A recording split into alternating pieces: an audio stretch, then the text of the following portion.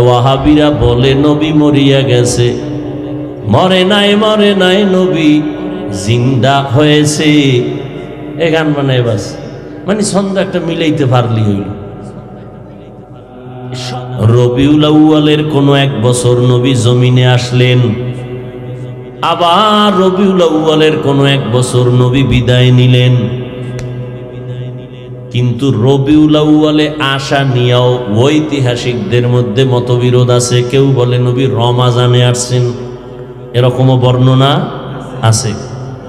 কেউ বলেন নবী 8 তারিখ আসছেন, 11 তারিখ, কেউ বলেন 12 তারিখ, কেউ বলেন 17 তারিখ। বিভিন্ন ওই সমস্ত কথা আমি বলবো না। আমি যেটা বলতে চাই, রবিউল আউয়ালে নবী আসলেন, নবী বিদায় নিয়ে চলে গেলেন। বুঝে থাকলে বলেন মাঝখানে সময় কাটলো কতদিন? বলেন।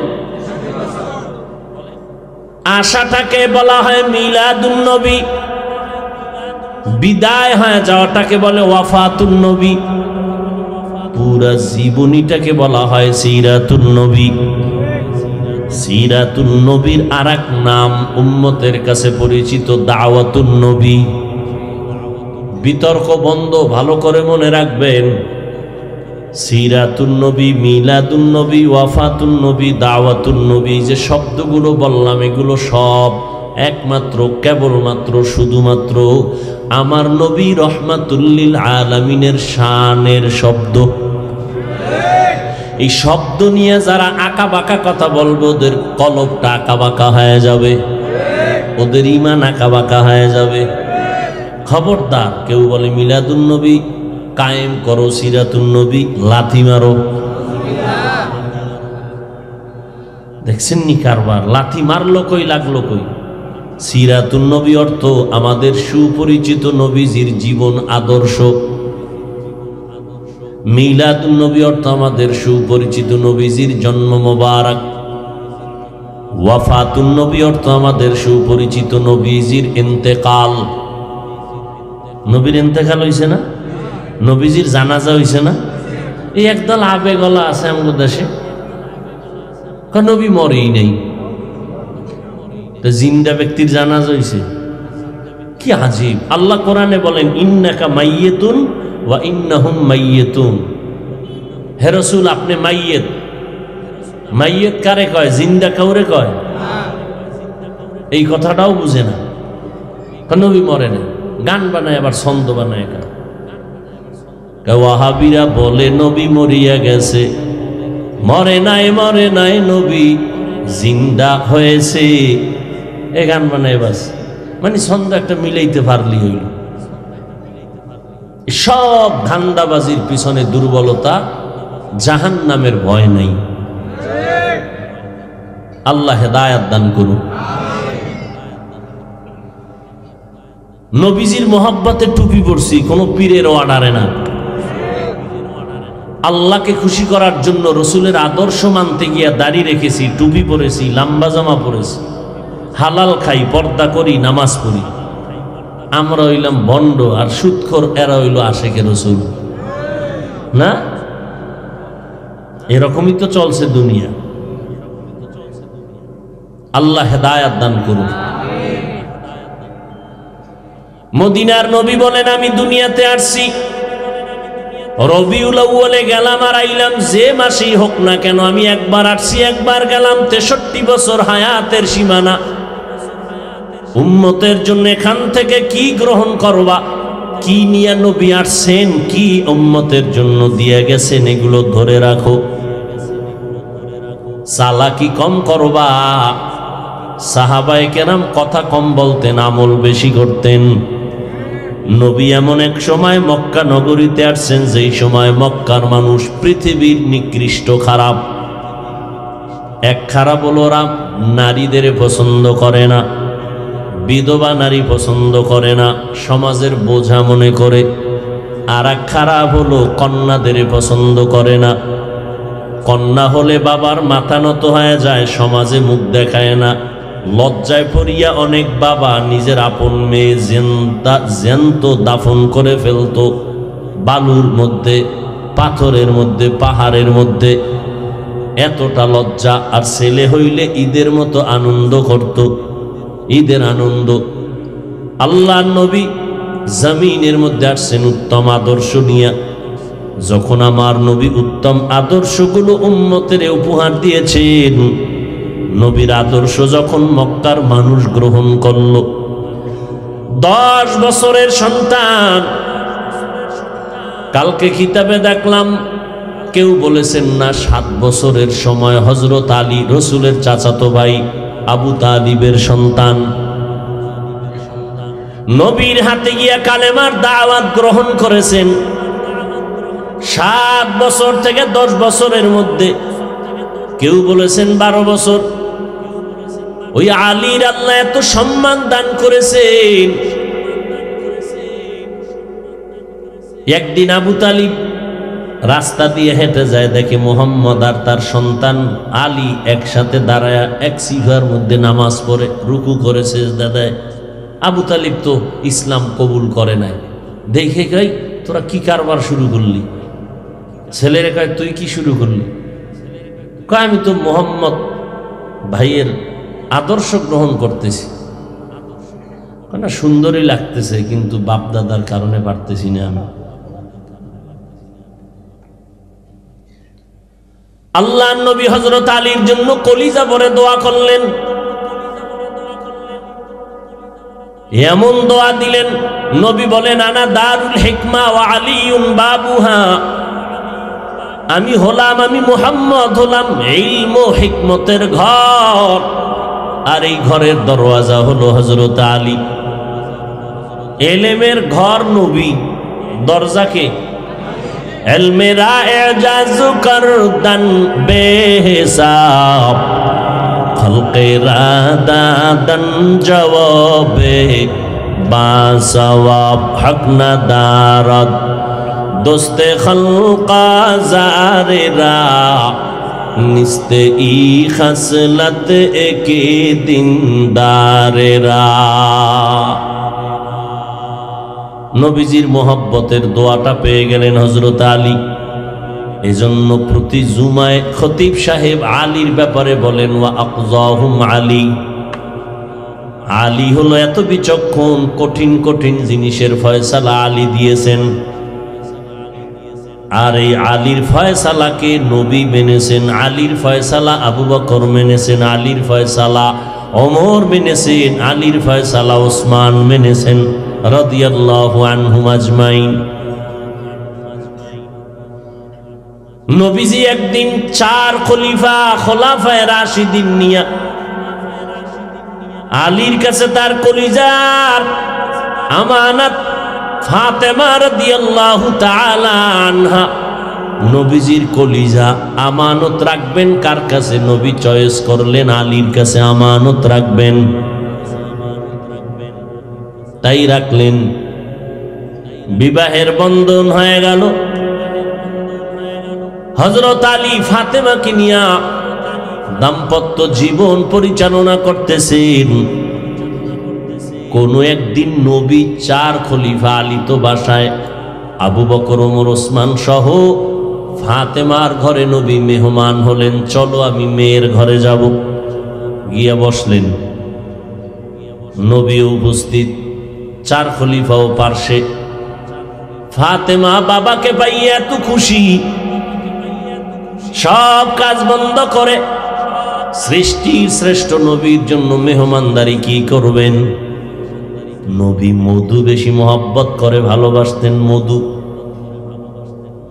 নবীজির কলিজা ফাতেমা রাদিয়াল্লাহু আনহা একটা সুন্দর চমকদার পেয়ালার মধ্যে মধু নিয়া রসুলের সামনে পেশ করলেন মেহমানদারি। নবীজির সামনে মধুর পেয়ালা আসলো ফাতেমার পক্ষ থেকে। পেয়ালাটা সামনে রাখা, হঠাৎ নবী নজর করে দেখলেন একটা চিকন লম্বা চুল দেখা যায় পেয়ালার মাঝখানে, মধুর উপরে কি চুল। কেউ কথা বলে না, সব চুপচাপ। নবী চিন্তা ভাবনা করে বলতেছেন, এই আবু বকর, দেখছেন নি কিছু? কি বলে মধুর ভিতরে নজর দেন, দিয়ে দেখে একটা চুল দেখা যায়। নবীজি বললেন, আমরা এখানে বসে আছি, একটু মন্তব্য করব আজকে, ব্রেন পরীক্ষা হবে, ব্রেনের পরীক্ষা। এক একজন এক একটা মন্তব্য করেন। আবু বকর করেন, ওমর করেন, ওসমান করেন, মন্তব্য করেন। তো এই মধু, পেয়ালা, চুল নিয়ে একটা মন্তব্য করেন। আবু বকর বললেন, পয়গম্বর, মন্তব্য তো আমার আখিরাতের লাইনে হবে, দুনিয়ার লাইনে না। বলে কি?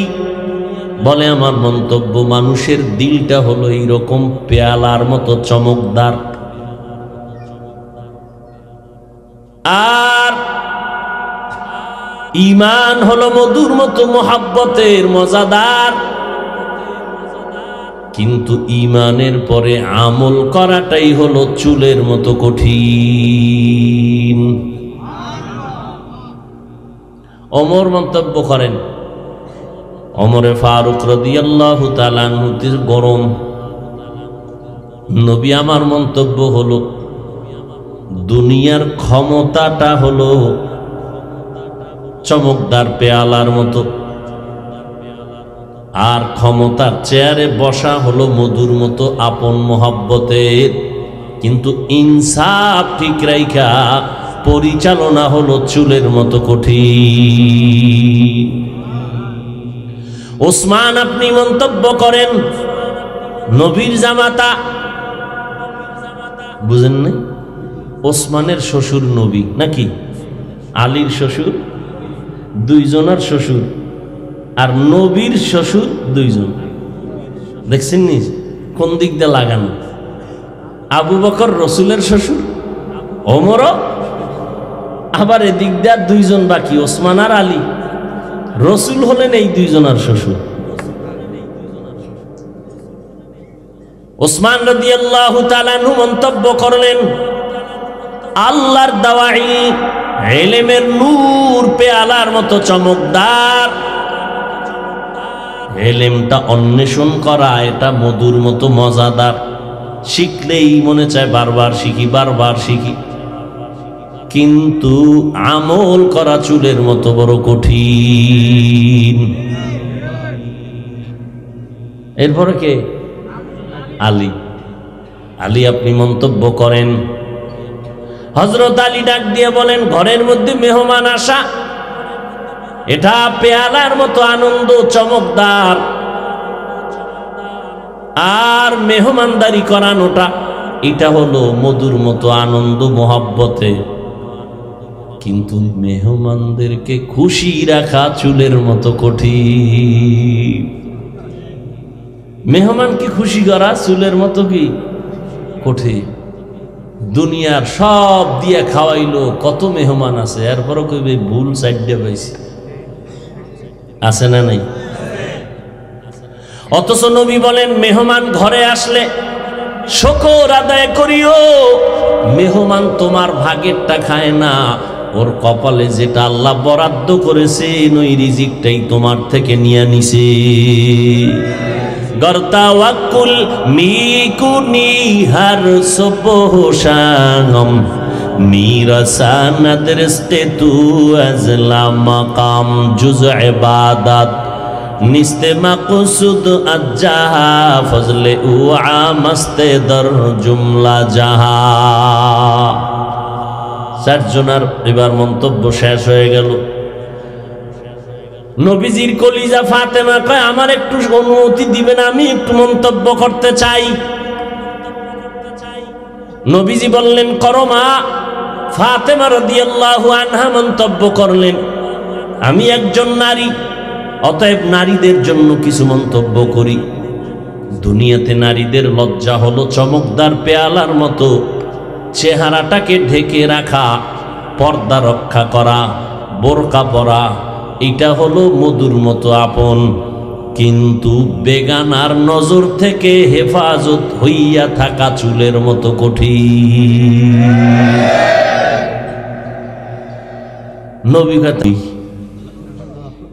নবীর মন্তব্য কি? নবী বলেন, আল্লাহর পরিচয় লাভ করা, মারেফত অর্জন করা হলো পেয়ালার মতো চমকদার মারেফতের পথ। আর এই মারেফত অর্জন করা, আল্লাহর পরিচয়ের লাভের জন্য চেষ্টা করা, এটা হলো মধুর মতো মহব্বতে। কিন্তু এর উপরে মজবুত হইয়া থাকা হলো চুলের মতো কঠিন। এত সুন্দর একটা মজমা, এইটা মিস করে কেমনে? জিব্রাইল আইসা হাজির। জিব্রাইল আইসা কয়, নবী এত সুন্দর মজার অনুষ্ঠান, আমাকেও একটু সুযোগ দেন, আমি কিছু বলি। নবী বললেন, বলেন। জিব্রাইল আমিন মন্তব্য করলেন, পয়গম্বর আমার মন্তব্য হলো আল্লাহ তাআলার রাস্তা এটা হলো চমকদার পেয়ালার মতো। আল্লাহর পথ, ওয়াজ মাহফিল আল্লাহর পথ, মাদ্রাসা মসজিদ আল্লাহর পথ, মানুষের উপকারের জন্য কাজ করে, এটা আল্লাহর পথ। আল্লাহর পথে খরচ করা এটা মধুর মতো আনন্দ, কিন্তু আল্লাহকে রাজি কইরা মজবুত থাকা হলো চুলের মতো কঠিন। যারা দান টান করে খুব আনন্দে করে না? করে আনন্দে, বাহা বাহা বাহা বাহা পাবে। আল্লাহর জন্য মজবুত হইয়া থাকা বড় কঠিন, যে দানটা আল্লাহর জন্যই করেছে। আমারে মোবারকবাদ দিও না, যা দেওয়ার কে দিবেন? আল্লাহ দিবেন। আল্লাহ জিবরাইলের ডাকছে, তুমি যখন কইছো তা আমি আর বাদ থাকি কেমন? আমি আল্লাহ একটা মন্তব্য করি, শেষ আমার মন্তব্য। সারা দুনিয়ার মানুষের জন্য আমি বানায় রাখছি জান্নাত। ওই জান্নাতটা চমকদার পেয়ালার মতো, এত সুন্দর। আর ওই জান্নাতের মধ্যে ঢুইকা বসে থাকা বড় মধুর মতো মজা, কিন্তু জান্নাত পাওয়ার আমল করাটা চুলের মতো বড় কঠিন। তুকু যাও সুন্নতে আহমদ কুজা পা মুহাম্মদ कैबुअत निस्बत रामन अहब्बा सुन्नती कौले रसूल मजदाए काना माई हम कुन कबूल। सारा रात बयान शुने कि लाभ होबे? ओ आल्लाहर बान्दारा, महामारी करोना गेल, करोनार थेकेओ जेनो आमार काछे लागे आरो भयंकर डेंगू, आरो कत भयंकर गजब आल्लाहर कुदरते आछे जाना नाई। किन्तु बांगाली एखोनो तो सोजा हইল ना। ওই করোনার আগেও বেনামাজি, এখনো বেনামাজি।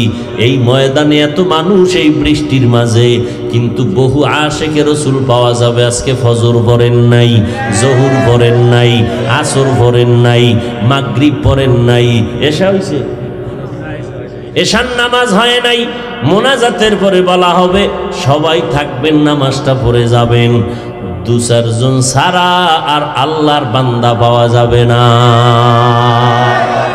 মকুন সুসুতি নামাজে পাঞ্জে গানা ফাওয়াইলুল লিল মুসাল্লিনাল্লাযিনা মুমিনারা ইনামাজে ইমদাদে দা ইস্তাঈনু আয়াতে কুরআন। নামাজ লাগবে নাকি লাগবে না? কয় ওয়াক্ত? সপ্তাহে কয় দিন? শুক্রবার দিন না প্রতিদিন? কপাল পোড়া মুসলমান শুক্রবার যায়, কই যায়? মসজিদে। কোন টাইমে? জুমার টাইমে। ভিড়, জায়গা নাই। কমিটি বলে এই টাকা দাও, মসজিদ বড় করা লাগবে। একতলা, দুইতলা, তিনতলা রাস্তাঘাট ফিল আপ হয়ে গেছে। এত মানুষ, এত মানুষ। এরা কইতো নাই লোক, সব ফাত্রার জঙ্গল থেকে আইছে, একজন এলাকার মানুষ না, ঠিক না? কি এলাকা? এরা ফজরে কইছিল। আবার জুমার নামাজটা পুরো পড়ল না। দেখছেন নি কারবার? ধান্দাবাজি কারে কয়? সালামটা ফিরাইতে দেরি, এমন দৌড় দিছে, বাসায় গিয়ে দেখে আর একজনের জুতা নিয়ে এসে ধরা খাইলে কয় টেস্ট করলাম, ঠিক নেই। কোন কোন আলেমরা কইছে 2 রাকাত ফরজ নামাজের আগে সুন্নত না পড়লেও হবে। কোন কোন সুবিধাবাদী টুপিওয়ালা কইছে, কিন্তু সালামের পরের 4 রাকাত সুন্নত পড়তেই হবে, না পড়লে গুনাহ হবে। সালামটা ফিরানোর পরে মসজিদ ফুল খালি। গ্রাম এলাকায় কিছু মানুষ থাকে মাঝে মাঝে, যদি দেখে ইমাম সাহেবের পাশে জেলাফির পোটলা আছে, তখন সুন্নত টুন্নত পড়ে। আফসুস, তাহলে 2 রাকাত ফরজ পড়লো, এর কিছু সওয়াব, 4 রাকাত সুন্নাত না পইরা কিছু গুনাহ নিয়ে বাড়ি গেল। এই হলো কপাল পরার পরিচয়। নবীজি বলেন, বাইনাল আবদি ওয়া বাইনাল কুফরি তারকুস সালাহ। নামাজ পড়া না পড়ার ব্যবধান হলো কাফের আর মুমিন। মুমিনেরা নামাজ ছাড়ে না, বেঈমান নামাজ পড়ে না। নবী বলেন, কিয়ামতের ময়দানে বেনামাজীদের হাসর হবে কারুন, ফেরাউন, হামানের সাথে। নামাজ ছেড়ে দেওয়ার কোনো সুযোগ নাই। দাঁড়াইয়া পড়তে না পারো, বৈশা নামাজ পড়িও, নামাজ ছাড়া যাবে না। বৈশাও যদি না পারো, শুইয়া শুইয়া ইশারায় পড়ো, তারপরও নামাজ ছাড়া যাবে না। কত কঠিন নামাজের ব্যাপারে, অথচ নামাজের খবর নাই। মদিনার নবী বলেন, ও আব্বা আম্মা যারা হয়েছ, 7 বছর বয়সের সন্তানটারে নামাজের মুসাল্লায় দাঁড় করাও। 10 বছর যখন হবে শাসন করিয়া হলো নামাজ পড়াও। ছোট থেকে যদি কন্ট্রোলে না রাখো, বড় হলে আর কন্ট্রোলে রাখতে পারবা না। কয়েক মাস আগে ঢাকা জেলা বাড্ডা থানা, ওই গুলশানের পাশে বড় বাবায় মারা গেল, বড় 2টা সন্তান রেখে, অনেক টাকার মালিক হইয়া। সন্তান 2টা বাবার লাশ সামনে রাইখা বাবার টাকা পয়সা নিয়ে ঝগড়া করে 24টা ঘন্টা কাটাইল। একটা ছেলেও বাবার লাশ দাফনের চিন্তাও করলো না। লাশ পড়ে রইছে, 2 ভাই ঝগড়া করে সম্পদ ভাগাভাগি নিয়ে 24 ঘন্টার মধ্যে লাশের দিকে দোনো ভাই তাকাইলই না। এমন কুলাঙ্গার সন্তানের বাবা দাবি করে লাভ কি? এমন কুলাঙ্গার সন্তান জমিনে রেখে গেলে কি লাভ? এরে পর্দার আড়ালের আম্মা জান, নবীজি আমার রহমতের নবী দুনিয়াতে আসলেন, সব কালো আইনগুলো বাদ দিয়ে দিলেন। যেই মক্কার নিকৃষ্ট চরিত্রের মানুষগুলো নারীদের পছন্দ করে না, নবী আসিয়া বন্ধ করায় দিলেন। এমন একটা প্রেসক্রিপশন বানায় দিলেন, কিয়ামত পর্যন্ত সারা দুনিয়ার ভেতরে নারীদের মর্যাদা বাড়ায় দিলেন আমার আল্লাহ নবীর মাধ্যমে। এত পরিমাণ বাড়াইছেন, কিয়ামত পর্যন্ত দুনিয়ার আর কেউ বাড়ানোর কোনো রাস্তা নাই। কোন দুনিয়াদার নষ্ট নারীদের দুশ্মন স্বার্থলোভী যদি বলে আমরা নারীর সম্মান বাড়াবো নতুন করে, খোদার কসম নারীর সম্মান আর হবে না। চালাকি করলে হবে নারীদের অপমান। বিধবা নারীর সম্মান আল্লাহর নবী বাড়াইলেন কেমনে?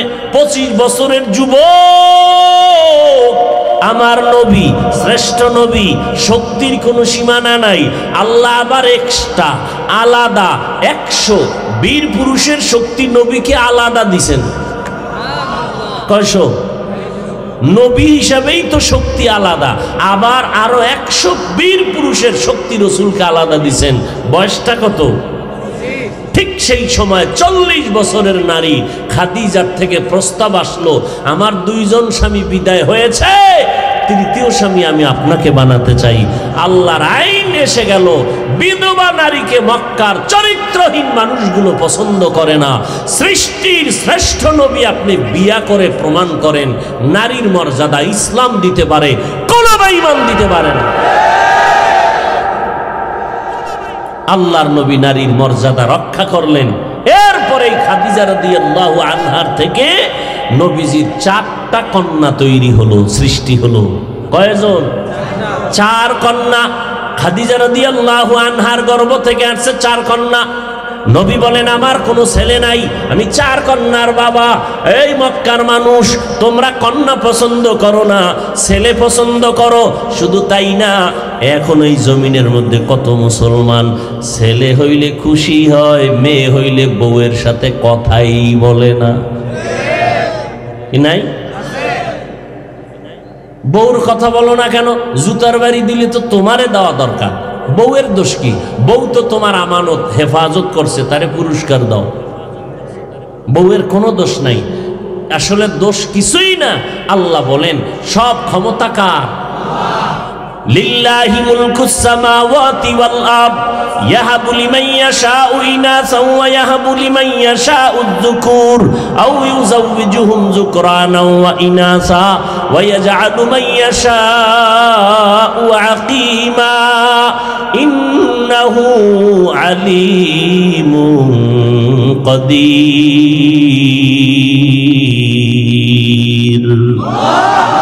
আল্লাহ বলেন আসমান জমিনের মালিকানা আমার হাতে। আমি আল্লাহ চাইলে কাউকে ছেলে দেই, কাউকে মেয়ে দেই, কাউকে দোনোটাই দেই, কাউকে আমি কোনোটাই দেই না। ক্ষমতা কার? তুমি মনে করতেছো ছেলে হইলে আমার কপাল, ভাগ্যের চাকা খুলে যাবে। না, ওই ছেলের দ্বারা তোমার জেলখানায়ও পয়সা মরা লাগতে কি প্রমাণ আছে না নাই? বরং মেয়ে হইছে, শুকর আদায় করো। নবী বলেন একটা কন্যার বাপ হইছো, একটা জান্নাতের মালিক। বান্দা তুমি 2টা কন্যা পেয়েছো তো তুমি জান্নাতের 2 দরজার মালিক। 3 কন্যা পেয়েছো, জান্নাতের 3 দরজার মালিক। এক বাবায় কন্যা পাইয়া খুশি, আমি জান্নাতের মালিক। মাইয়ারে বানাইছে গ্রামীণ ব্যাংকের মালিক। এরকম বাপ নাই? নবী বলেন জান্নাতের মালিক আমি, 4 কন্যার বাবা। কন্যা পাইয়া নবী খুশি। ও উম্মতেরা, আমি কন্যা পাইলাম, ছেলে পাই না। আল্লাহ দিছিলেন ছেলে, তাও নিয়ে গেছেন। আমি কন্যা পায়া খুশি। আমার জমিনের মধ্যে কন্যাদের মর্যাদা আল্লাহ বাড়ায় দিলেন। এরে নবীর উম্মতের দল যদি ফাতেমা রাদিয়াল্লাহু আনহার মতো চরিত্র ঠিক রাখিয়া বিবাহের পাত্রে উঠাইয়া দিতে পারো, তাহলেই তুমি জান্নাতের মালিক। নবীর আদর্শে কন্যা সন্তানের মর্যাদা আল্লাহ বাড়ায় দিলেন। কিয়ামত পর্যন্ত নারীর যে বাড়ানো আছে, কেউ কমাতে পারবে, আলাদা কেউ বাড়াতেও পারবে না। অতএব নবীর উম্মতেরা, ওই নবীর রেখে যাওয়া আদর্শ, নবী বলেন আমি 2 জিনিস রেখে গেলাম, ধরিয়া রাখলে সম্মানও যাবে না, ঈমানও যাবে না, কোরআন আর সুন্নাত। আমরা যারা টুপি পরি, নামাজ পড়ি, দাড়ি রাখলাম, হালাল খাই, পর্দা করি, আমরা কি অসম্মানে আছি? বলেন। তার মানে আমি আপনাদের বলি না ব্যবসা চাকরি বাদ দিয়া আমগো মতো হুজুর হয়ে যান না। স্কুল কলেজ ছেড়ে সব মাদ্রাসায় আছেন, ভুলেও আসবেন না। এই যুবক, আজীবন স্কুলে পড়বি, কলেজে পড়বি, দোয়া লাগলে নিবি, তাবিজ লাগলে নিবি, চরিত্রটা ভালো রাখবি, 5 বেলার নামাজ পড়বি, জান্নাত রেডি। হুজুর হওয়ার দরকার নাই, মদিনার আশেক হও, সুন্নতের আমলওয়ালা হও। 5 ওয়াক্ত নামাজ পড়ো, মা বাবার দোয়া নিয়ে চলো, ওলামায়ে কেরামের পরামর্শ নিয়ে আমল করো। তোমার মতো যুবক স্কুল কলেজে পড়ে, 5 বেলার নামাজি নাই, তোমার সমস্যা কি? তোমার মতো বান্দা জীবনে মাদ্রাসায় পড়ে নাই, জেনারেল লাইনে পড়িয়া চাকরি করে, 5 ওয়াক্ত নামাজি, ব্যবসা করে, নামাজ পড়ে, হালাল খায়, হারাম খায় না। পর্দার আড়ালের আম্মা জানেরা, বোনেরা, আপনার মতো কত মা 5 বেলার নামাজ পড়ে, স্বামীর খেদমত করে, সন্তানকে আদর্শওয়ালা বানাইয়া চেষ্টা করতেছে, বেপর্দায় চলে না। ও ভিন্ন মা, আপনারা কেন পারবেন না? ও বোনেরা, আপনার মতো কত বোন স্কুল কলেজে পড়ে, নামাজ পড়ে, কোনোদিন কারো সাথে বাজে কথা বলে না, মোবাইলে সময় নষ্ট করে না। আপনি কেন পারবেন না রে বোন? এখন থেকে তওবা করার দরজা খোলা, আল্লাহ তওবার দরজা খুলে ডাকতেছেন। ভালো করে মনে রাখবেন, কখন কার দোয়া কবুল হয় এটা তো বলা যায় না, তবে কিছু সময় আছে দোয়া কবুলের সময়। আজান একামতের মাঝখানের সময় দোয়া কবুলের সময়। বৃষ্টি যখন পড়ে তখন দোয়া কবুল হয়। ও বান্দা, সূর্য যখন ডুববে তখন দোয়া কবুল হয়। মাগরিবের আগ মুহূর্ত, আসরের পরে দোয়া কবুল হয়। জুমার দিন 2 খুতবার মাঝখানে দোয়া কবুল হয়। আল্লাহর কাছে অন্তর ভরে দোয়া করো। আমার নবী দোয়া করছেন, আমার সমস্ত নবীরা সন্তানের জন্য দোয়া করছেন। হুজুর গোদারে দোয়া চাইলেন 1000 বার। নিজে বাপ হইয়া মা হইয়া সন্তানের জন্য হেদায়েতের দোয়া করছেন কয়বার?